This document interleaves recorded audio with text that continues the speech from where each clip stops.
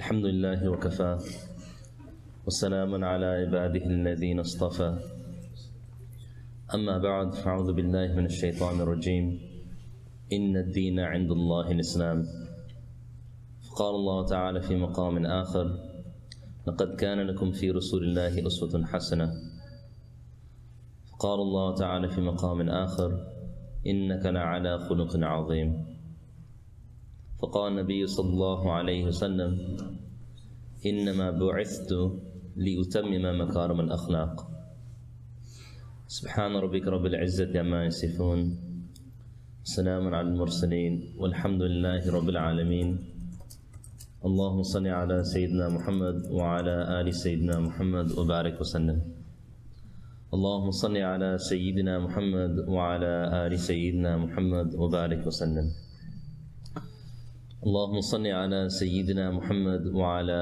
آل سيدنا محمد وبارك وسلم.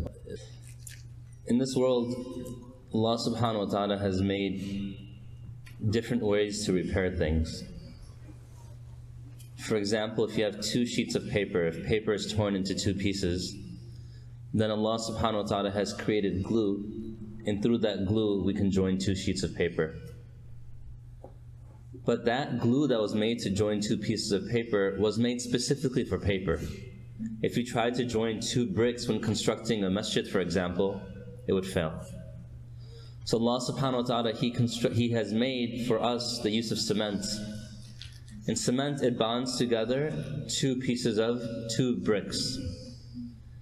And if you had cement and you had a garment that was torn and you wanted to mend that garment, cement wouldn't be useful. Granted, it would stick those sheets together or those pieces together, but it would not do so in such a way that there would be any benefit for the person wearing it.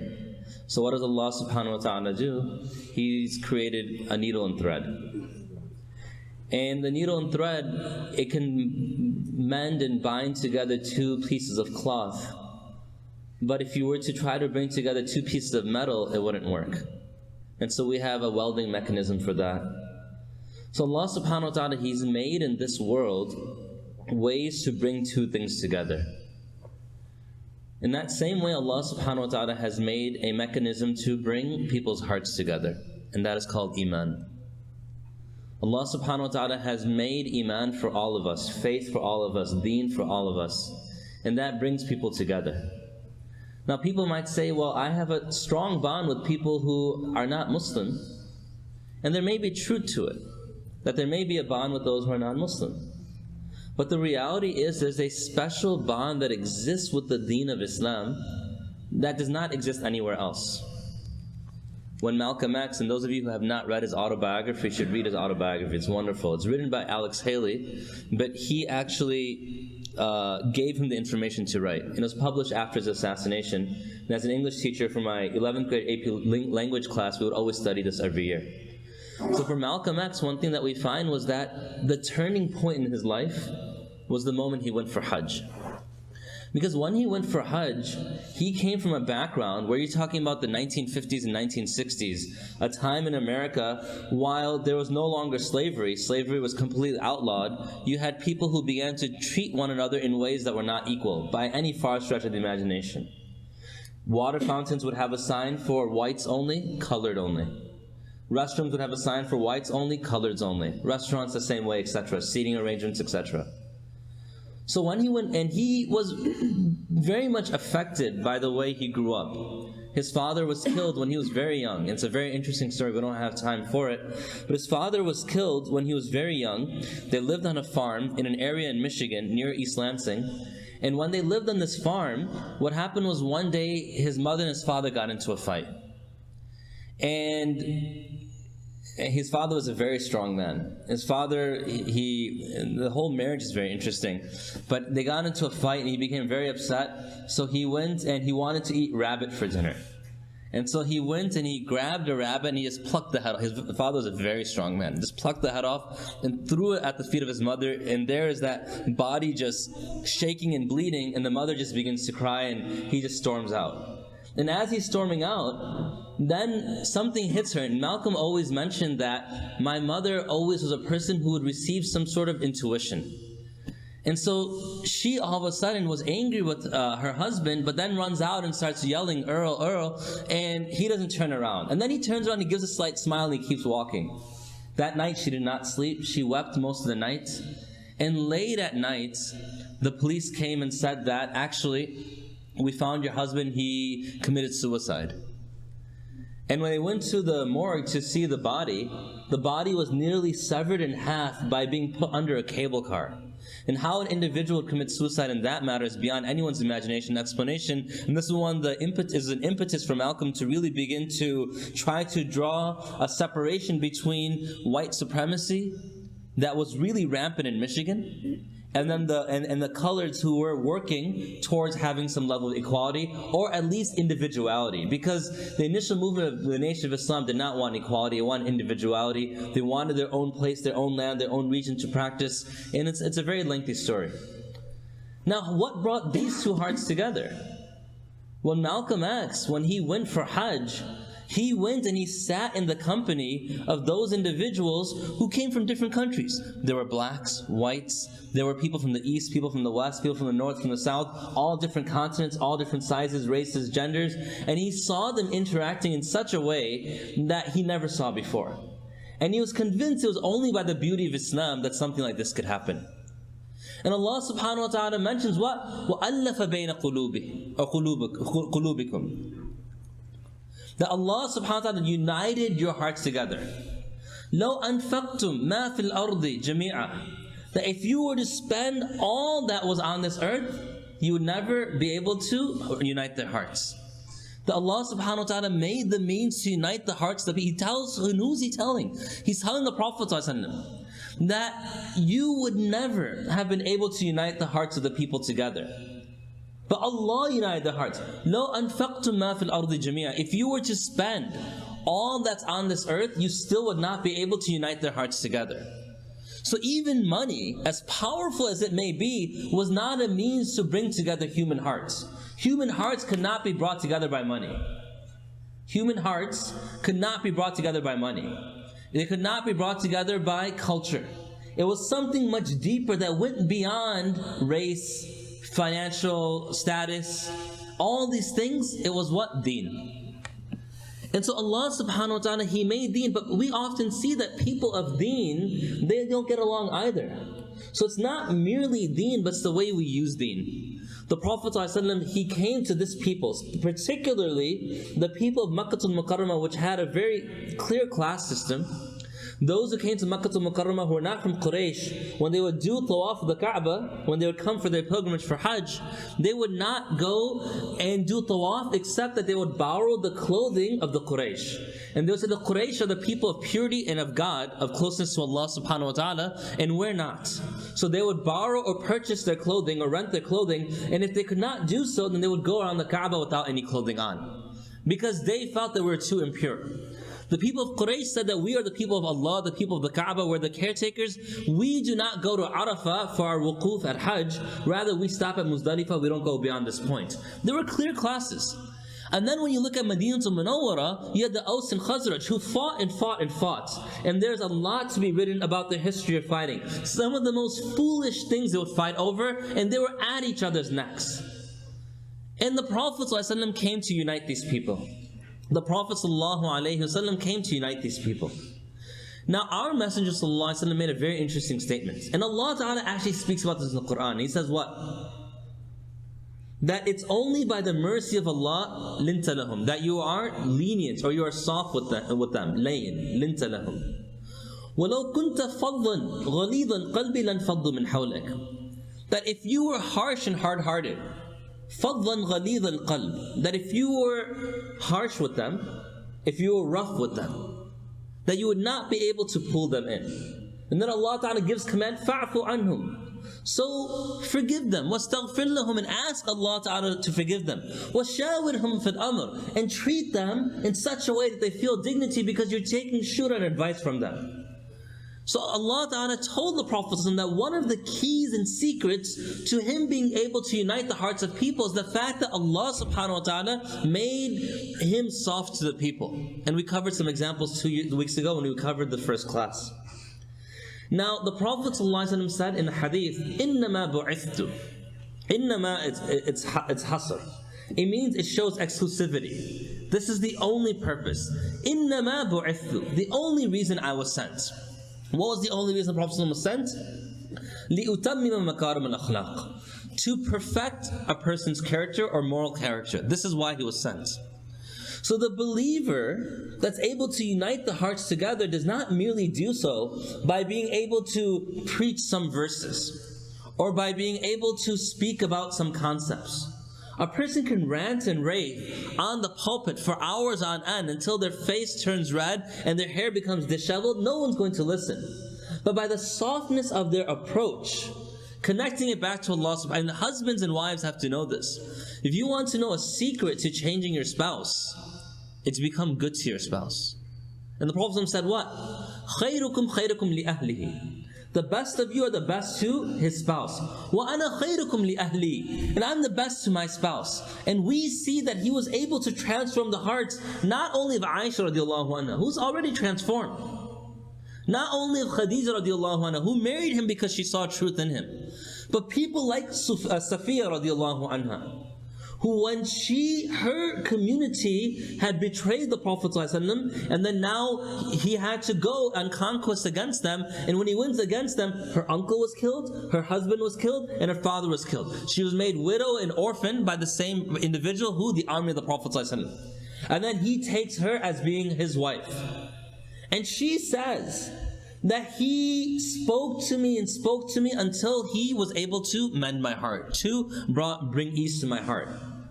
That in that situation is not happening by him saying, I'm the messenger of Allah, you listen to me or you're going to hell. That would not have helped in that situation. But he spoke to her in such a way that he was able to penetrate the depths of her heart through the kindness of his words and the sincerity of his intentions. And this is what we often lack. Good character is a display of what's in our hearts. When people care about one another, it's hard not to have good character. You don't see someone saying, I love you, and then slap across the face. At least in most cases, you shouldn't see that. You don't see people saying, I love you, and then begin to curse them out. I mean, at times people will say, I'm doing this for your own good. But in reality, you don't see that. There's congruity. There's a certain level of equality between the action and the word. And the Prophet's words were like his actions, and his actions were like his words. Now, in Arabic, we're known as hayawan al-natiq. We're known as the enunciating, eloquent animal. We're known as animals. And human beings, we really are animals. Not in a bad way. Look what we have. We have animals. We have mammals. What is the difference between us and them? They eat, we eat. They sleep, we sleep. They procreate, we procreate. They listen to the commands of Allah, and we actually don't always do so. So that's really the only difference. And animals are of three types. There are those types of animals. You know, Allah Ta'ala says about mankind, when He's speaking about the ignorance of mankind and the foolishness of mankind, that ula'ika, that these individuals, who are they like? Kal-an'am. They're like the cattle. Bal hum adal. Actually, they're worse than them. Why does Allah Ta'ala say this? Look at the cattle, look at the cow. When the cow is thirsty, it remains standing. And it remains upright. And it does not pose a problem to anyone else, and only when it has the ability to drink will it go and find that water and drink. I lived in Zambia, we dealt with a lot of animals. And you will see certain types of animals that just will not, for any stretch of the imagination, care to be rude or mean in any way, unless their lives are really threatened. They will be willing to show kindness to everyone. One of my friends was bit by a cow. And you try to tip a cow, eventually the cow will get angry. But really, other than that, it's not going to happen. Cows are usually quite gentle. Bulls are a different story. Cows are quite gentle. One of my friends in Zambia, he did a very interesting type of farming, that he would collect the urine of the cow. Because it would actually, when it fell onto the soil that they would walk on, then something would be produced from it. I forgot what he mentioned, that came from a special type of fertilizer that was very expensive. He said, I would walk and my workers would walk through the cows and nothing would happen. Allah Ta'ala made a certain type of animals this way that they don't react at all. They overgo their rights for the rights of others. They overgo their preference for the preference of others. Then there's a second type of animals like the lions, many of the beasts. If you look at many of these animals like the lion, actually a very interesting story of a lion, I have to tell you guys this later, that in Africa. And where I lived, by the time I got there, was much more settled. People had settled there. But only a decade before, they were saying that lions were there and we had to chase them away. And actually, if you want to chase away a lion, you have to run at the lion. And they taught me how to do this, that you would run at the lion, not away from the lion. The moment you run away, it chases after you. You're not going to win that race. But you have to show no fear and run at it. And some of these individuals, I don't know what Yusuf is, he's from Nigeria, but if you speak to some Nigerians, they'll tell you that we used to play pranks on the lions because that's how they grew up. So anyway, lions are interesting because they go and they attack an animal. And they attack the animal Ibrahim, yeah, you're from Nigeria. So they attack the animal and they kill the animal. Now the entire pack or herd of animals that the lion attacked, when they see the lion attack, they run. The moment it kills its prey, what do? They stop. Now the lion is eating one of their own, but they're easily just herding, they're just grazing around that area because they know what? The lion did not mean harm. It came to attack because it needed to sustain itself and the rest of its family. So when it attacks for that purpose of eating, and that's it. Game over. It won't hurt anyone else, to the extent that the rest of its prey, quote unquote, will continue to walk around it and will not feel scared of that lion. However, there's another group of animals, and there's like the snakes and scorpions. If you look at a scorpion, if you put it near a wall it's not used to, what does it do? It tries to attack that wall. It sends its tail up on that wall. If it comes near something that's not used, like this pillow, it will try to sting that pillow. And we've had encounters with scorpions in Zambia, so some of it's like one of my friends, Mulana Umar, he was visiting his family there, and he was stung in the head by a scorpion. He was sleeping. The scorpion came up to him and just did what it had to do and left. Because that's the way they are. They attack. Whether they feel threatened or not, that is how they are. And they give harm to others despite themselves, in spite themselves, or whatever the case may be. Human beings, since we're hayawan and natiq, we're also a type of animals. We fall under one of these three categories. And we have to, at this moment, ask ourselves which category we fall underneath. Are we like those individuals where everywhere we go we're abrasive and we give harm? Because if we're like those people, then we'll be like those individuals. And people say, well, I don't give harm. Well, is that the case? Is that really the case? That when you offer someone a loan, you give this X, Y, and Z stipulation, you have to pay him back in this month, and this much money extra, etc., etc., etc., until that person just can't pay you back. Are you like, not you per se, but are we like those individuals who when someone comes by us, we immediately have a smirk, a smile, some comment to make that will hurt someone's feelings? And if so, if we're like this, and some people get physical as well, then we're like that latter group of animals that when they meet an individual or a person or a creation of Allah Ta'ala that does not even seek to harm them, they harm that person. And many human beings fit this category. Many people in corporate America, they fit this category. That they will do what it takes to step on the backs of others to get to the next position, even if it means to hurt someone else. Or are we like those lions, that we do what is necessary in times, we might cause harm at times, but in general people will not face harm from us? Or are we like the cattle, that really we overlook our rights for the sake of the rights of others? We overlook our convenience for the sake of the convenience of others. Is that where we are? And this is where we have to analyze how we live our lives. The Prophet ﷺ was sent as a mercy to this world. Rahmatul lil alameen. And the mercy of Allah subhanahu wa ta'ala, it's undiscerning. When the rain falls, we don't see pockets of rain and says, Muhammad, righteous, rain. Abdullah, disobeyed his parents, no rain. Ahmad, righteous, rain. Uthman, not righteous, no rain. And it just falls in little pockets. No, everyone benefits from it. And the Prophet ﷺ was a mercy for all the worlds. Everyone benefited from him. No matter the enemies of the Prophet or the lovers of the Prophet sallallahu alaihi wasallam.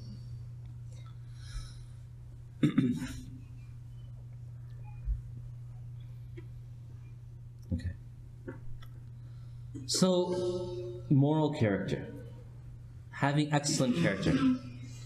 Allah subhanahu wa ta'ala has made for all of us different examples. When you see a person who's trying to make it to the NBA, that person does not look at me as his example. Because if he did, he's not going to get very far. If a person is trying to become a doctor, he's not going to look at me as an example. Because if he did, he's not going to get very far. For a person looks to me, for example, to become an English teacher, then perhaps I'd be a suitable example because that's where the majority of my professional life was spent. As an English teacher, I can maybe be an example for them there. Parents, they're the natural examples of children, like we mentioned 2 weeks ago, that they do everything that children do. To the extent that you see parents who are aggressive, their children become aggressive. And parents who are passive, their children become passive. Allah subhanahu wa ta'ala knew that the world will not exist in such a way where we can only teach things by word. If that was the case, Allah ta'ala would have revealed the Quran for people just to read, and when people read it, it would have been sufficient for them. But Allah ta'ala did not do that. For every ummah, He sent a Nabi. Because Allah ta'ala knew that the people can be illiterate in terms of reading. But when they see the examples, they see in Urdu we say the namuna, they will see what we can benefit from. Then when they see those things, they will naturally begin to act upon it if they seek that same good. So Allah subhanahu wa ta'ala chose for the best of all the ummah, one man to be the example. And what did Allah subhanahu wa ta'ala say? لَقَدْ كَانَ لَكُمْ فِي رَسُولِ اللَّهِ أُسْوَةٌ حَسَنَةٌ. That verily the Messenger of Allah sallallahu alaihi wasallam is the best of examples. Now this is sort of an intro week, the week before we sort of brought camp together, but now we're coming into akhlaq. Now look who this person is an example for. The Messenger of Allah sallallahu alaihi wasallam is uswatun hasana, the best example. But for whom? Is it for you and me? Is it for our neighbors? Is it for the entire world? So Allah Ta'ala makes it clear. Who is He the best example for? And if you look at this description, you see anyone who fits into these three categories, they also have good qualities and they have good character, and I'll explain why. لِمَنْ كَانَ يَرْجُ اللَّهِ. Those who desire Allah, they desire to please Allah, they desire to obey Allah, they desire the closeness of Allah, they desire to worship Allah, they desire مَنْ كَانَ يَرْجُ لِقَاءَ رَبِّهِ. They desire the meeting with Allah subhanahu wa ta'ala. وَالْيَوْمِ الْآخِرِ. And they desire the day of judgment. Why? Because they know that is the day when my efforts and my actions will be presented in front of my Creator, and I did this for His sake alone. I have confidence in His ability to reward and His mercy that He will grant me a reward of Jannah by His mercy. وَذَكْرُ اللَّهَ كَثِيرًا. And they remember Allah subhanahu wa ta'ala extensively. They remember Him without end. Kathira, there's no end to it. Now why do these three characteristics belong to that person who seeks the Prophet ﷺ as the best of examples? Now, when a person chooses to be good towards others, they have ulterior motives. And we spoke about this very briefly when speaking about the 7 people under the shade of Allah subhanahu wa ta'ala's throne. What are those ulterior motives? A husband has an ulterior motive. A husband has certain things that he seeks from his wife. A wife has ulterior motives. She has certain things she seeks from her husband.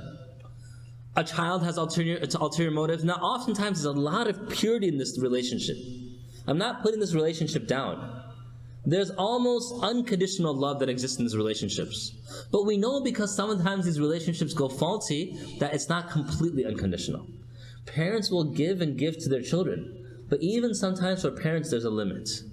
And that's how we know it's not unconditional.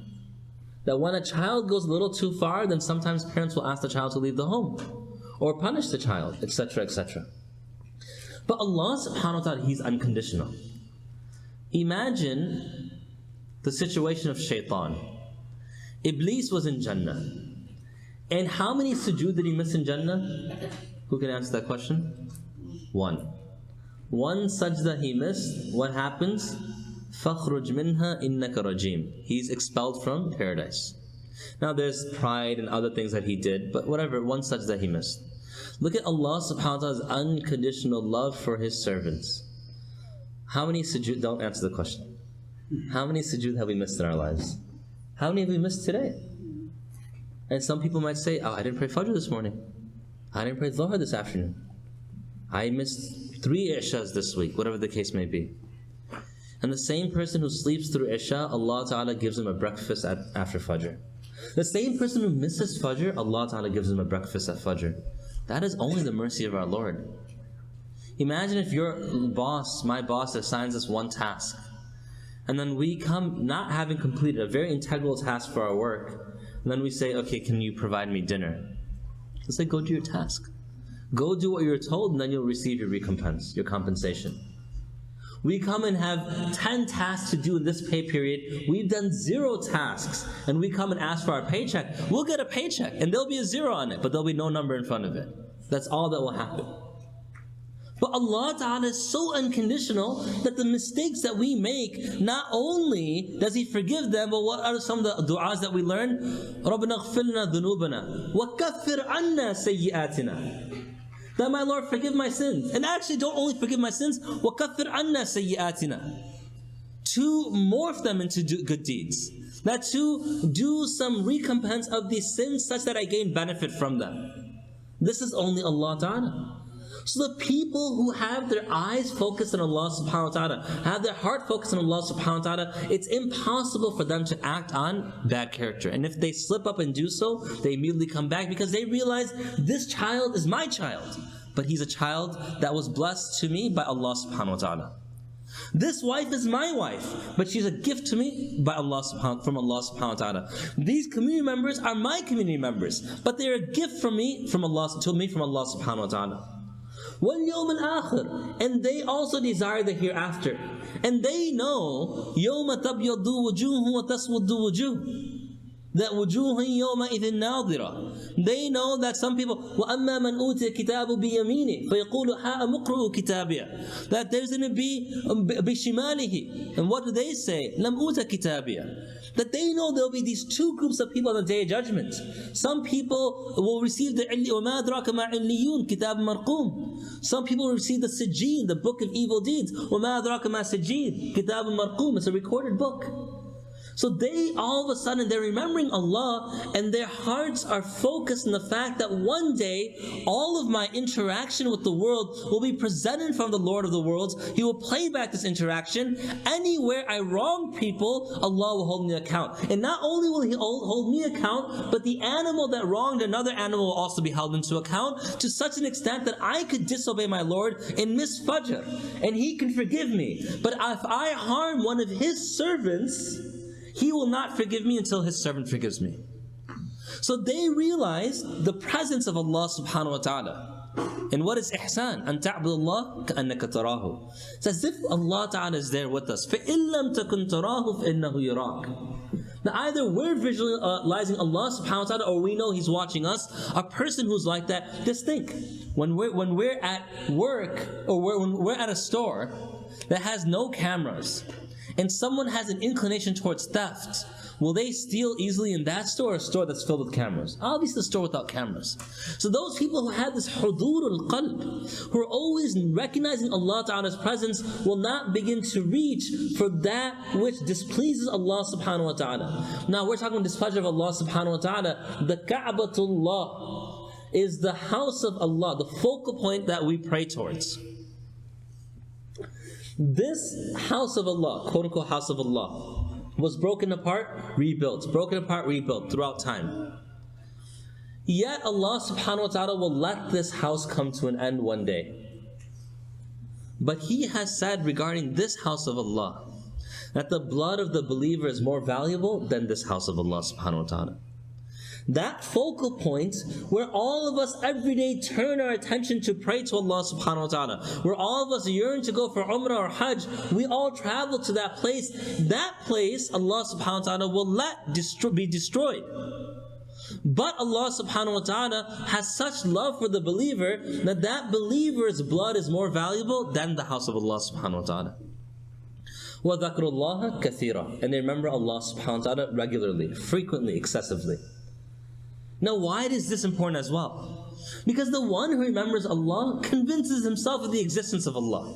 The ulama say if there's any shak in a person's heart of the existence of Allah, they have any doubt, is there an Allah? What do they say? Don't read Subhanallah. Don't read Alhamdulillah. Be excessive in tahleel. La ilaha illallah. La ilaha illallah. La ilaha illallah. Because that will cause a person's heart to be focused on Allah. And we all know this. Simple example. When you're younger, sometimes you try to impress your friends. So when you try to impress your friends, you might come up with a lie.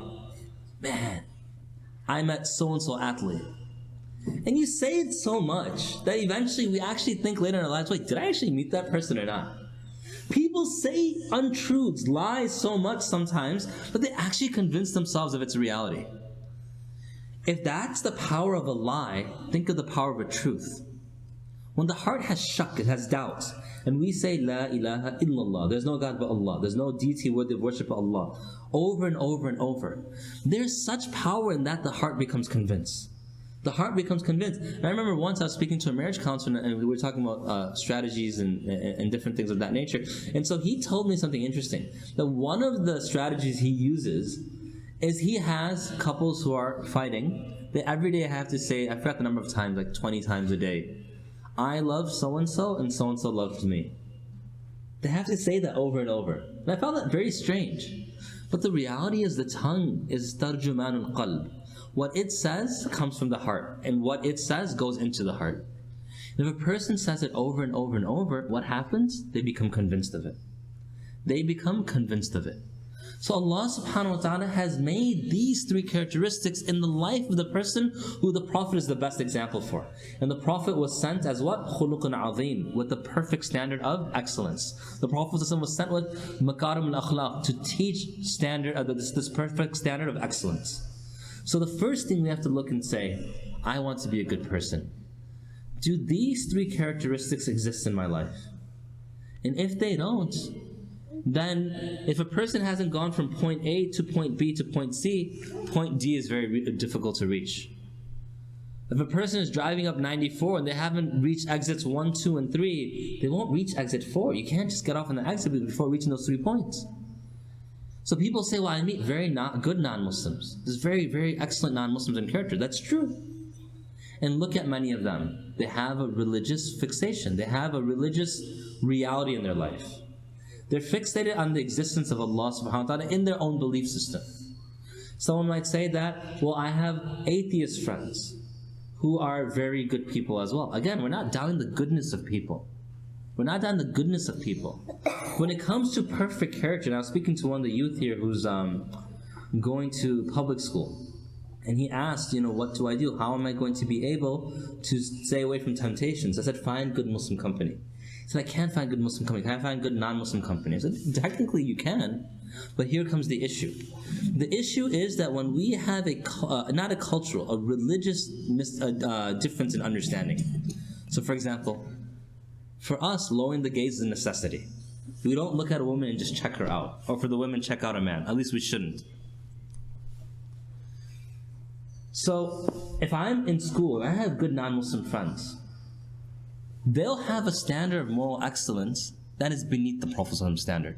Still a good standard. And for today's day and age, it's a great standard. But we're not looking for good standards or great standards. We're looking for the highest standards. And the Prophet had the highest standard. Now, a person will say, I have non-Muslim friends, and in general, they're really good people. That's fine. When a girl walks by, do they look at her or not? They'll say that has nothing to do with morality. Doesn't it? That a woman has certain rights, and one of her rights is the fact that no one can gaze upon her except those whom she gives permission to gaze. Now people will say in today's day and age, everyone gives you permission to gaze. Well, today's day and age, a lot of things are permissible that we don't do. I mean, we have to stop the line, draw the line eventually. People will always say, but this, but this, but this. But what? There's eventually a standard that we follow. We do not consider it permissible to look at a female who's walking by, for men, and men for the women towards the men. Now, forget about the halal and haramness of it. Let's look at just a basic idea. I'm married. I don't want some guy checking out my wife. I figured the minimum decency he can give is turn away and my wife is nearby. Now that random individual who we see is at the very least might be someone's wife, And we actually could put this in the context of hadith, when one Sahabi came to the Prophet and said, "O Messenger of Allah, grant me permission to commit zina." The Prophet did not get upset with him, because he knew that you have to rectify people through goodness. If you yell at them, you think they'll say, "Okay, I'll come back and ask advice later"? No, they'll say, "Salam alaik, that's it. You go your way, I'll be mine." What did he do? He asked some simple questions. Do you want someone to do this act with your wife? No. With your sister? No. With your mother? No. With your daughter? No. And he said, this woman could be someone's wife, or someone's sister, or someone's mother, or at the very least, she's someone's daughter. Now, how does a person attain that? They might say, well, my character doesn't teach me that way. The character has to be grounded in some type of formula that is beyond human experience. Because a person could say, good character is not to cheat people. It's not to cheat people, but they might also take a loan that will, or give a loan that will put oppression on other people, and they'll say, oh, this is just business. This is just business. That doesn't mean it's business. It's still hurting people. I came from Africa. Countries in Africa are so underdeveloped because of the fact that they take loans to keep a certain level of infrastructure, and they can't keep it up. Why? Because of the huge amounts of interest rates. The World Bank says, we're here to help you. You're here to help us, so generations down the line are suffering because that loan you gave us to improve us? That's not good character. That's not good character. So character can't be defined by human standards. I have, unfortunately, a former Muslim student who became non-Muslim. May Allah guide him to Islam. And he was telling me about a certain type of conundrum that he entered. He said that, I know I shouldn't check out girls. I know I shouldn't be disobedient to my parents. I know I shouldn't do this, and this. He mentioned a few things. He's like, I don't do it. But then I think, I don't do it because I shouldn't do it. And then I think I shouldn't do it because what? A good person wouldn't do it. Then I consider myself good. And now I'm just doing this to praise myself. So I was just smiling. And he's like, why are you smiling? I'm like, because you're missing a key ingredient. Anytime a human being determines what's right and wrong, who's determining? A person is. But when Allah determines it, then we don't say, I'm doing this because I'm a good person. We say, I'm doing this because I love Allah, that my Lord is Allah. And if you'd see the Prophet's an example for those three types of people. لِمَنْ كَانَ يَرْجُ اللَّهَ وَالْيَوْمَ الْآخِرِ وَذَكَرَ اللَّهَ كَثِيرًا. Those people strive to grow close to Allah subhanahu wa ta'ala. So this was an introduction to this idea of morality and excellence in conduct. And excellence in conduct is completely, intricately, absolutely, every word I can think of related to our creation. Because why? In the Arabic root for creation is what three letters? Khaf, lam, and qaf. Kha, lam, and qaf. And the Arabic root word for character is what? Yeah, khulq, kha, lam, and qaf. Allah Ta'ala made it intricately designed that way. It's such that it's all in one. We cannot be people of excellence unless we treat people good. The Prophet said, خَيْرُكُمْ خَيْرُكُمْ لِأَهْلِهِ. That you're talking about those people closest to you, you have to be good towards them. How do I define goodness? The best of you are the best to their families. وَأَنَا خَيْرُكُمْ لِأَهْلِي. I'm the best to my family. The Prophet ﷺ gave example after example after example. So now, the weeks coming ahead, we're going to break this down. So the breakdown I'm still figuring out. But the breakdown will include excellence towards people, and then people have a breakdown. Those above you, those under you. Because we can't always expect that our youth are going to be good towards us if we're not good towards them. In fact, there's a very simple principle we should follow. When our children were born, those of us who are parents, when the child cried, did we yell and say, how dare you have disrespect for me, and yell and cry in front of me? No, it's just the natural state of the child. We can't get upset with the child. The child is going to behave that way. So the adult's responsibility first was goodness towards the child. And as the child received goodness and grew older, what did the child do? Reciprocated that goodness. So we're going to have 1 week towards goodness towards those under you. So it could be an employee, it could be a student, it could be a child, etc. 1 week towards your quote-unquote superiors, your parents, and that's important as well. So I know the kids are getting excited, but there's going to be 1 week about how we have to be good towards those above you, including those who passed away. including those who've passed away. Sometimes we think those above us ends with those directly above us. There's a certain level of goodness we owe towards the Prophet ﷺ, and he's not with us here today.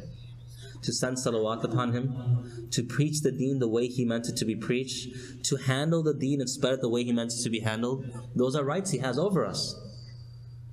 We're going to speak about goodness towards non-humans, which includes plants. So many times people are just out there plucking the plants off of trees, or hurt and not feeding their, Imam Tanwi rahmatullah alayh, when he was, I'll close with this, when he was writing Bayan al-Quran, his great tafsir, his ahliya, his wife had mentioned, I'm going somewhere today, I can't feed the chickens.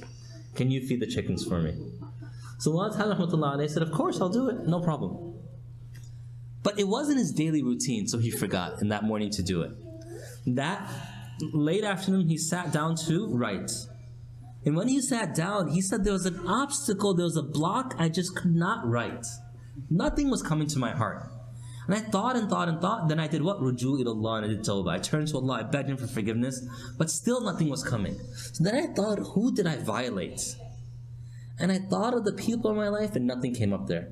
Then I came to the animals, and I realized that those chickens that had a right over me to feed them this morning, it's reached late afternoon, they're still hungry, I did not feed them. He said, I went to feed them, I did not complete feeding them, that Allah Ta'ala opened up that inspiration to me, I was able to continue to write that tafsir. Sometimes we don't know that the smallest deed a person does can have a big, profound impact on their lives. And so we'll speak about towards, and so we're going to speak about these different categories as we go on. So we ask Allah subhanahu wa ta'ala give us tawfiq to make us amongst those who are vigilant in being from these three types of people, who desire to meet Allah, desire to stand in front of Him on the Day of Judgment and remember Allah regularly so we can improve our character. And we ask Allah Ta'ala to make us amongst those quote-unquote animals, hayawan al-natiq, who are able to be amongst those who give up their rights for the happiness and rights of others. Look at the Prophet ﷺ. He took revenge never for himself. The people who abused him, he smiled. The people who spoke against him, he smiled. The people who tried to harm him, he smiled. When the rights of his companions were violated, then he stood up.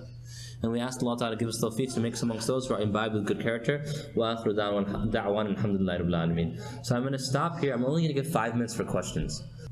So this is a very good question. The question is that we're so accustomed to tit for tat. Someone does something for us. If it's good, we return that good.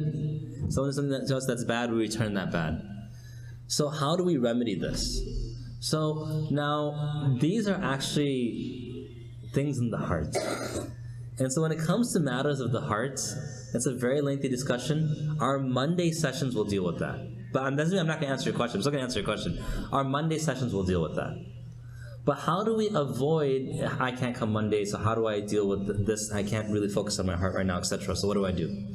So the first thing is that the Prophet ﷺ said, إِنَّمَا بُعِثْتُ لِأُتَمِّمَ مَكَارِمَ الْأَخْلَاقِ, I was sent to be with those of good character, to perfect moral character. And إِنَّمَا بُعِثْتُ مُعَلِّمًا, I was sent to teach. So you put those together, he was sent here to teach, and one of the things he was sent to teach was good character. And Allah Ta'ala says what? يَا أَيُّهَا الَّذِينَ آمَنُوا اتَّقُوا اللَّهَ وَكُونُوا مَعَ الصَّادِقِينَ. Be with those who are right, but truthful in their righteousness to Allah Subhanahu wa Ta'ala. So one of the main ways a person can gain good characteristics of in their lives is to find someone of refined behavior and spend time with them. Because what happens is when we're with people who are not as refined as we are, then, if, for example, if this glass is filthy, I can't see outside, and that glass is partially filthy, I can see outside, that will look clean to me, that will look dirty to me. So sometimes when we're with people who are not as good as us, and that happens sometimes, I'm not trying to praise any of us, but we might be people who are not as good with us, we might not curse, they might curse, then we'll only see our goodness. When we only see our goodness, then those faults will not come out. But when we're with people who are good, who are better than us, then we go to that window is spotless, that window has some filth, that is completely filthy. We'll see that this window that we looked outside in isn't good, but that's pure. So when we're with people who have perfected their moral character, or have come as close as possible, and we spend time with them, the effect of their company will wear off on us. Now the Prophet mentioned in hadith this clearly. And he gave the example, what time are the Monday gatherings? Just quickly answering that question. They'll all be after Maghrib. So right now, Maghrib, so we'll begin around between 7:45, 7:50 and 8 o'clock, around that time. So the Prophet ﷺ, on one occasion, he mentioned to the Sahaba the example of two individuals. That individual who spends time with a friend who sells itar, sells oud, sells perfume, cologne. And that one who spends time with a friend who's a blacksmith. Okay, I'm back online. Who spends time with a person who's a blacksmith. He goes, he has this huge fire raging. He uses that fire to be able to mend and mold iron. And that first person, if you walk into his company of your friend, he might, one, give you something free to put on. Or two, at the very least, by being in that store, you will leave smelling good. And if you go to the person who's a blacksmith, even if he doesn't ask you for help, the heat of that room will cause sweat, will cause a foul odor to come out. If he's probably already smelling bad from being there so long, you'll get that. The soot will land on the clothing. So we see here the determining factor to learn to be a human being. Why Allah Ta'ala sent Anbiya and not just Quran, is that we have to be with those who are good to become good ourselves. So that's the first step. The second step is it still goes along with learning about people, is we have to be very deep in our study of the seerah of the Prophet ﷺ. When we see the examples of how we're supposed to be, then we'll see how we're supposed to be. But if we never read about it and we just look around and see this is how everyone is, and I'm not tit for tat 90% of the time, only 10%, we'll never, until we see that man who 100% of the time never cared for himself. Literally, people try to kill him, he smiled at them. I mean, Abu Sufyan radiallahu anhu was a beneficiary of his mercy. Khalid bin Walid radiallahu anhu was a beneficiary of his mercy. Umar bin Khattab radiallahu anhu was a beneficiary of his mercy and his dua. So we see tit for tat was in his way, but we don't see that until we become regular in our interaction with the seerah. Finally is we have to, finally is not finally, we have to make dua for it as well, that's always the case, and we have to be excessive in our salawat on the Prophet ﷺ.